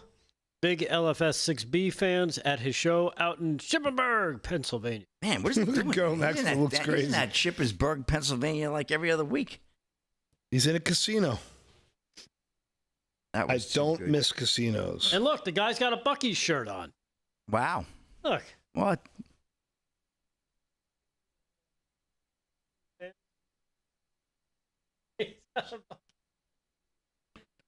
Ticked off.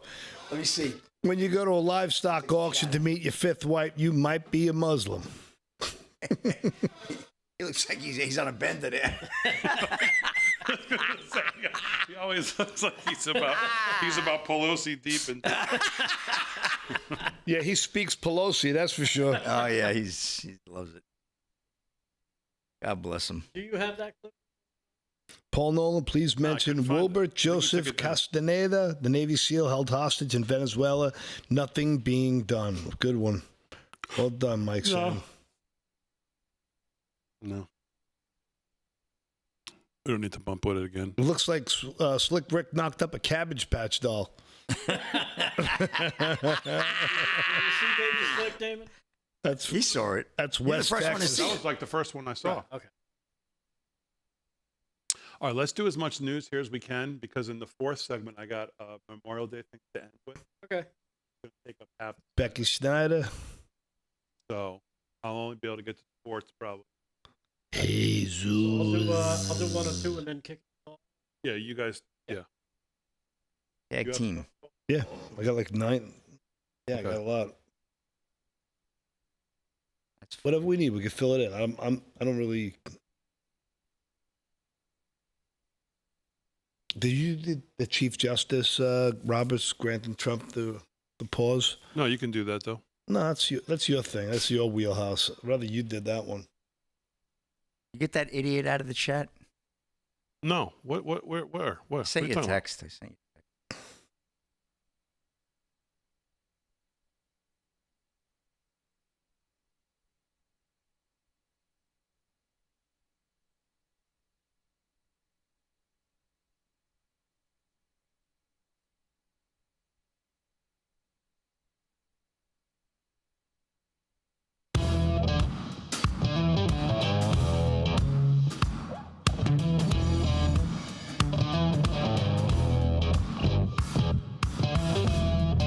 All right, 30 minutes past the hour, live from Studio 6B on a Memorial Day weekend. Glad you're in. Slick's doing sports. Rick Delgado's going to do some more news. Paul Nolan's going to do some more news.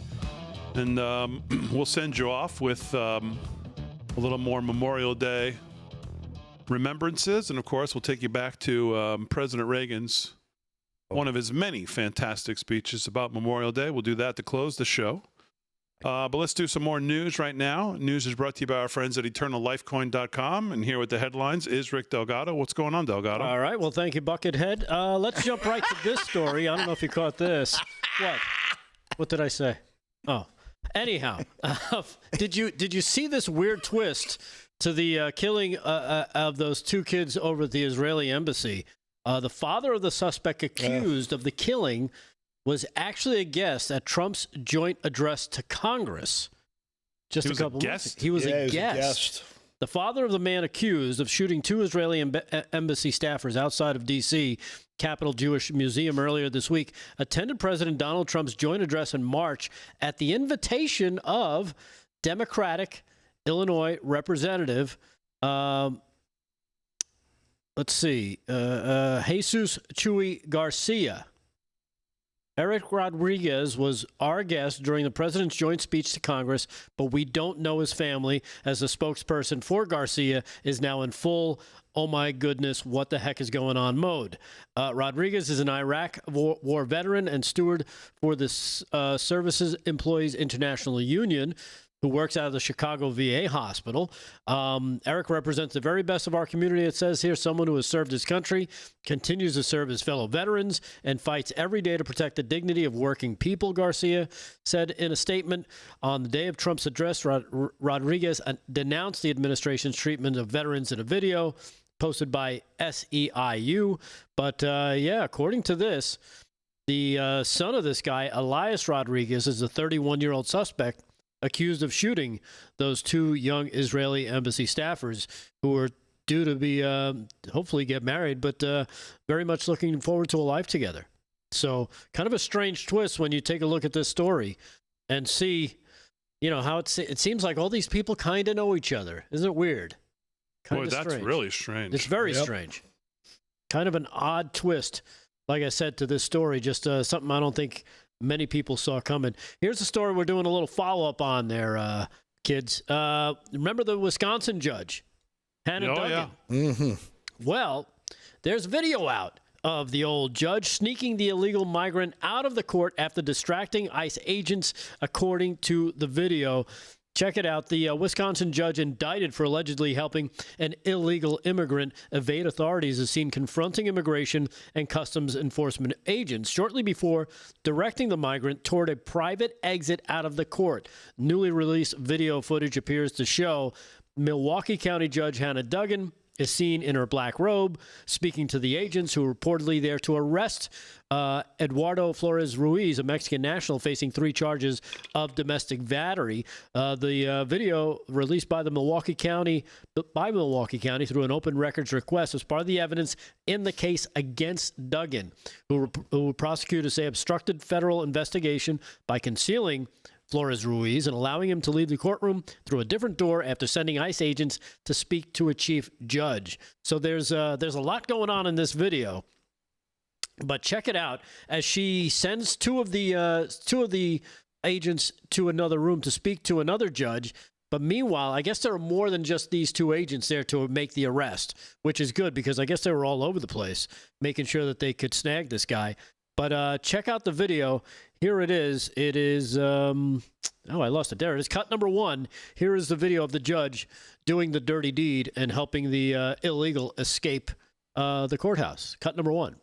He meets his attorney in the hallway and walks towards Circuit Court Judge Hannah Dugan's courtroom. Along the way, he passes plainclothes federal agents who are sitting on a bench. They are there to detain him. After Flores Ruiz walks by, the agents turn to each other and appear to confirm his identity amongst themselves. But a few moments later, Judge Dugan and another judge approach the agents sitting on the bench. A criminal complaint against Dugan later said she was alerted to their presence by a court official. That complaint says during this interaction, Dugan and the agents disagreed over the type of warrant they had to arrest Flores Ruiz. According to the complaint, Dugan ordered the agents to go to the chief judge's office. Video shows her pointing them through a double door. She then turns back to speak with other agents further down the hall and orders them through the doors as well. Shortly after that, with the agents gone from the hallway, Eduardo Flores Ruiz and his attorney exit into the hallway through a different door. As they walk down the hall toward the elevators, they pass another plainclothes federal agent. Neither they nor Judge Dugan seem to have noticed at the time. That agent motions to another to follow Flores Ruiz. Security video shows Flores Ruiz exiting through a basement exit. Upstairs on the 6th floor, the other agents have left the chief judge's office and worked their way downstairs. Flores Ruiz left the building onto 9th Street. Videos of the street shows the agents catching up to him. Flores Ruiz runs across 10th Street while trying to get away, but the agents catch him and arrest him. Yeah.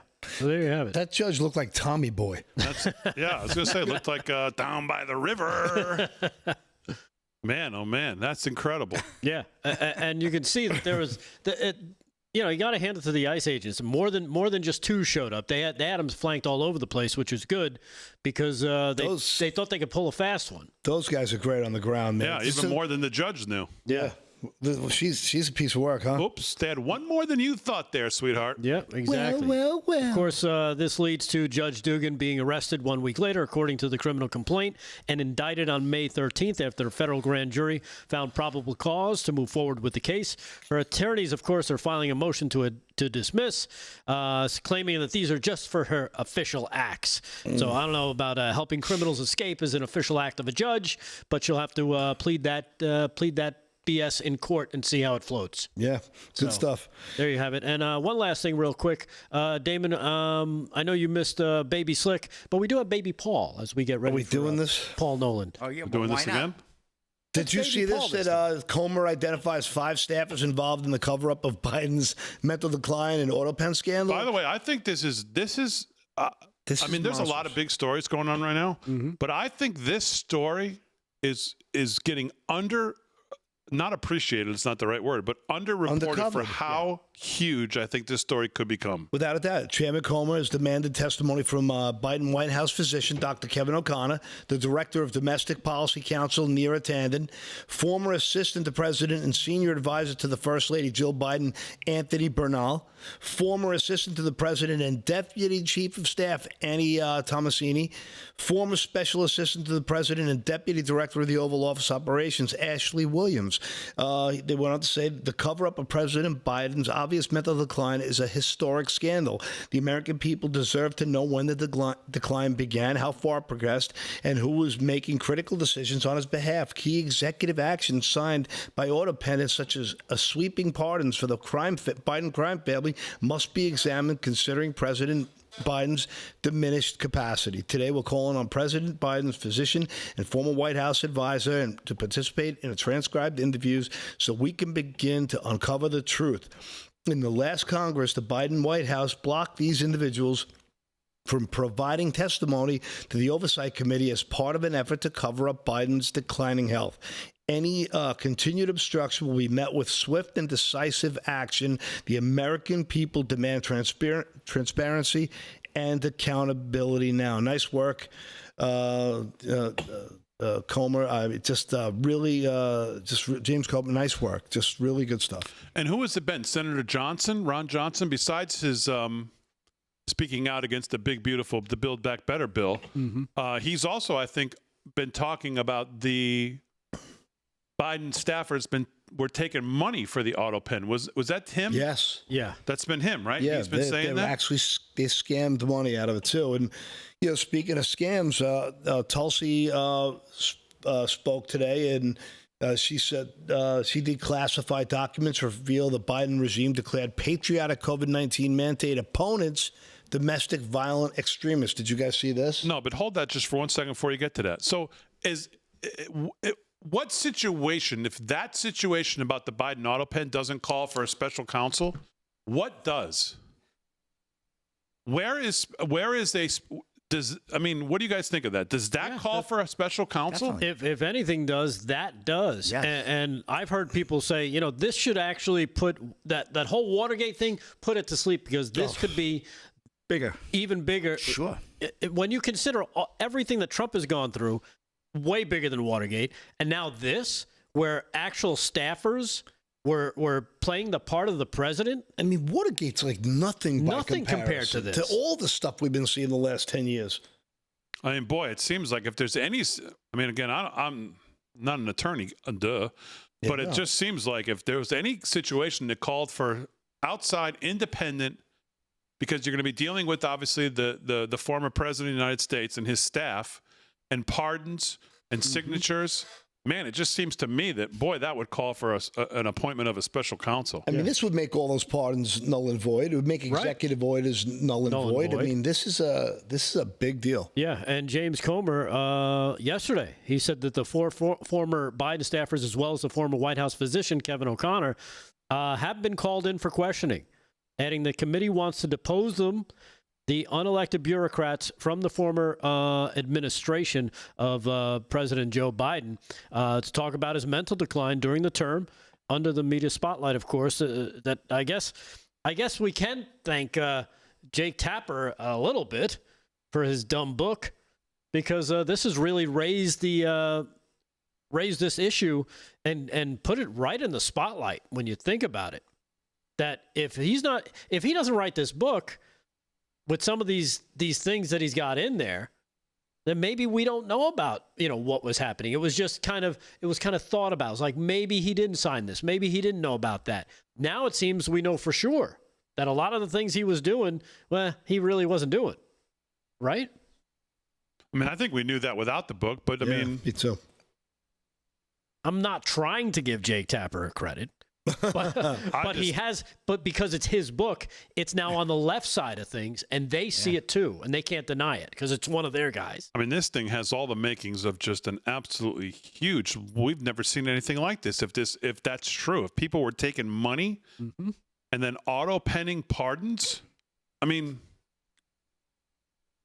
what would equate to that we've ever even seen happen in this country? I don't think we've ever seen anything like that, if that's true. Maybe Obama's Fast and Furious. No, everyone swept that under the rug too. All right, what was your story, Paul, that you wanted to get to? Tulsi is, she's talking about,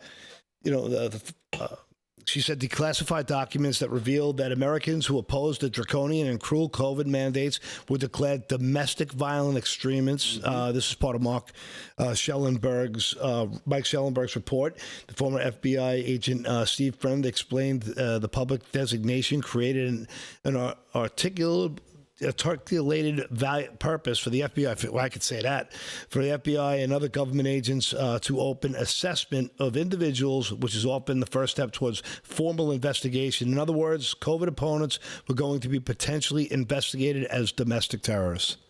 All right, we'll wrap it up when we get back. A little more sports with Slick. We'll send you off with a little more Memorial Day remembrances. Live from Studio 6B. We're back right after this.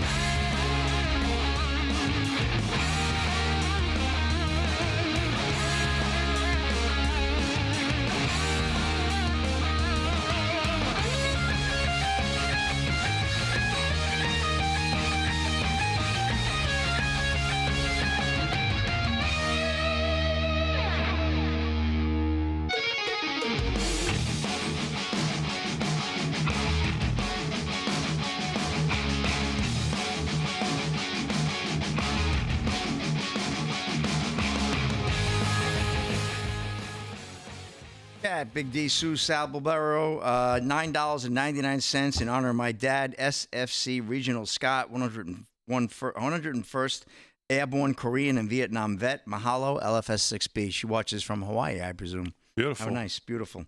And C. Zarago won again in the Rumble Rant, gifting 5 subscriptions to LFS 6B. Nice. Oh, very nice. Yeah, congrats. Thank you. Mr. AZ Mikey, a regular follower in the YouTube chats, says, say hello to my mom, Rhonda, watching. So she's watching for the first time. Hello, Rhonda. Help me. From LFS6B. Oh, I was thinking of it already. Yes, indeed. We didn't get to see baby Paul, huh? I see how they stretched that 6 minutes out, huh? I'm going to give up my sports segment for that. Oh, boy. Yeah, it's weird watching a baby with a beard talking about getting whacked. Yep. Talk about being pampered.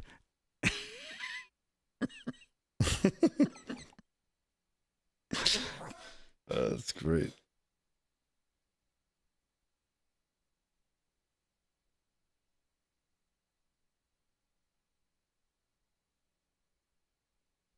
Drag Blacker says the troll is Fran in disguise. Oh, man. C. Zarago is rolling tonight. C. Zarago won in the Rumble chat. Says, my son told a protester Sunday to knit a bag to hide her ugly commie face. is your son Kevin Downey Jr.? It sounds like something he'd say. I wish I had enough free time to troll the chat. That is hilarious.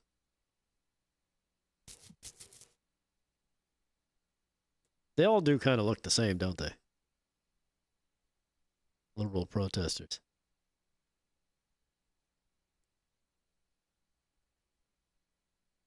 They're ugly on the inside, too.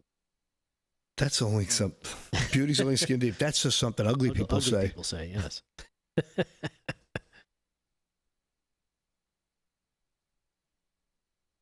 Aaron, what do I have to give you? 4?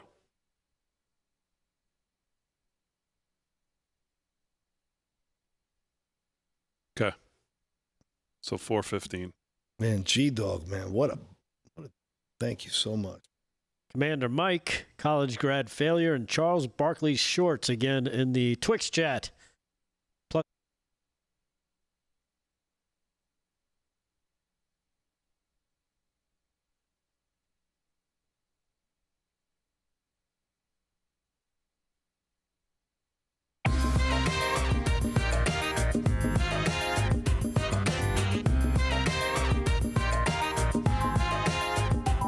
All right, 13 to the hour, live from Studio 6B on a Friday night. Glad you're in.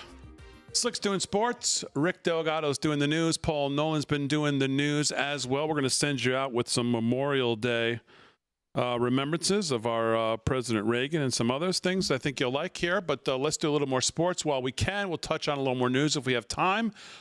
Sports is brought to you by our friend Mike Lindell. Slickster, what's going on? All right, BD, I'm just going to take a quick run through the scoreboard as we're wrapping things up. Oilers over the Stars right now, 1-0, 5:39 in the second. Continues to be a goaltender's duel. Game 2, Dallas leading that series 1-0 at the American Airlines Center. We have NBA action in the Garden, a good one. Knicks and Pacers tied at 70. 4 minutes to go there in the third quarter. That's going down to the wire. Game 2, Indiana with the 1-0 lead of that series there. Major League Baseball scores. Cubs over the Reds, 11-6, bottom 8. Mid-ninth, Brewers lead the Pirates 4-3. Dodgers blanking the Mets 3-0, bottom of the third after a rain delay. White Sox 4-1 on the Rangers, bottom of the seventh. Top 7, Royals and Twins tied at 1. Astros 3-2 over the Mariners, end of 5. Yankees blanking the Rockies 1-0 in Colorado, bottom of the fourth, and Marlins and Angels, no score there. And I gave you the finals earlier. Red Sox 19-5 over the Orioles today, and the Giants blanked the Nationals 4-0. And that's a wrap in sports for this here Big D this evening. Okay, that's it? Yep. All I right. figured I'd just give you a run of the scoreboard. Yeah, just we have time. All right, 12 minutes to the hour, live from Studio 6B. Rick Delgado, any more news on your plate here that you want to touch on?